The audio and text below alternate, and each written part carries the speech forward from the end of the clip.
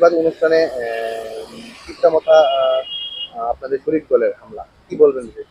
Actually আজকে আমাদের প্রধানমন্ত্রী নরেন্দ্র মোদীজির 124তম মন কি বাত, সেই মন কি বাত সারা ভারতবর্ষের সাথে আমাদের ত্রিপুরা রাজ্যেও হয়ে থাকে, সে পলিটিক্যালিভাবে এবং নন পলিটিক্যালিভাবে।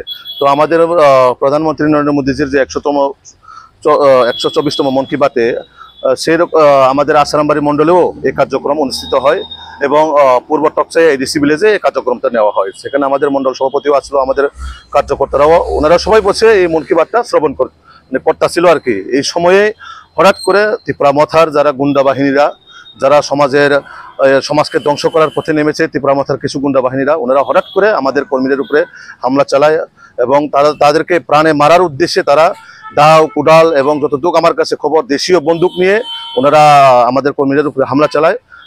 প্রায় 10-15টার মতন বাইক একদম তছনছ করে দিয়েছে এবং 2টা গাড়ি আমাদের মণ্ডল সভাপতির গাড়িও তছনছ করে দিয়েছে। তার সঙ্গে যারা ওইখানে আমাদের কর্মীরা ছিল তাদের মধ্যে প্রায় 7 জন ইনজুর্ড হয়, তার মধ্যে 2 জন মানে গুরুতর আহত হয় একদম। সেটা এখন আপাতত জীবিত রেফার করা হয়েছে আমার কাছে যতটুকু খবর, এবং সেটাকে আমাদের মাননীয় মুখ্যমন্ত্রী এবং আমাদের মাননীয় প্রধান সভাপতির কাছেও সেই বিষয়টা রিপোর্ট দিয়েছে আমরা, এবং তাদেরকে যাতে আইনের আওতায় আনা হয়, তাদেরকে যাতে সুষ্ঠু করা, মানে আমাদের যারা কর্মীরা আক্রমণ হয়েছে তাদেরকেও যাতে চিকিৎসা করা হয়, তার জন্য আমাদের মাননীয় মুখ্যমন্ত্রী এবং আমাদের মাননীয় প্রধান সভাপতি অলরেডি নির্দেশ দিয়েছে। এবং আমরাও একটা রাজ্যের প্রতিনিধি দল এখন যাচ্ছি সবাই। তো যাওয়ার ফলে যা ওইখানে কি হয়েছে, কিভাবে হয়েছে, কার নেতৃত্বে হয়েছে, সেই রিপোর্টগুলো আমরা অবশ্যই আমাদের মুখ্যমন্ত্রীর কাছে প্রেরণ করব এবং আমাদের মাননীয় সভাপতির কাছেও প্রেরণ করব। তার সঙ্গে আমাদের মাননীয় প্রভারী এবং সংগঠন মন্ত্রীর কাছেও সেই রিপোর্টগুলো অলরেডি চলে গেছে এবং এখন আমরা গ্রাউন্ডে যাওয়ার পরেই সেই রিপোর্টগুলো আসবে আমাদের কাছে। কারা করছে এবং তাদের বিরুদ্ধে কোনো ধরনের মামলা?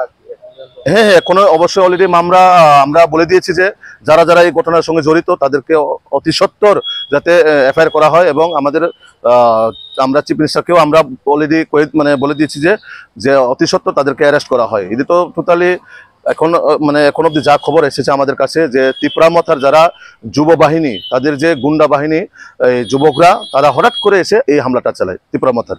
ত্রিপুরা মথা তো আপনাদের শরিক দল, এরপরেও কেন এই হামলা? মানে ওনাদের একটাই বক্তব্য যে এডিসি এলাকার মধ্যে কোনো নরেন্দ্র মোদীজির মন কি বাত কার্যক্রম হবে না। তারা আজকে স্লোগানের মধ্যে স্পষ্ট বলে দিয়েছে যে এডিসির মধ্যে কোনো প্রধানমন্ত্রী নরেন্দ্র মোদীজির মন কি বাত কোনো কার্যক্রম করা যাবে না। তো এটাই আমাদের এখন বোঝার বিষয় যে আমাদের সঙ্গে শরিক দল থাকা সত্ত্বেও কেন এরকমভাবে হামলা হুজ্জতি হয়েছে, কেন আমাদের কর্মীদের মারার উদ্দেশ্যে তাদের কিছু যুবকরা এসেছেন এবং হামলা করেছেন, এটা অবশ্যই আলোচনা হবে এবং সেটা আমরা অবশ্যই আমাদের মুখ্যমন্ত্রী এবং আমাদের সভাপতি ওনারা অবশ্যই এই বিষয়টাও আলোচনা করবেন।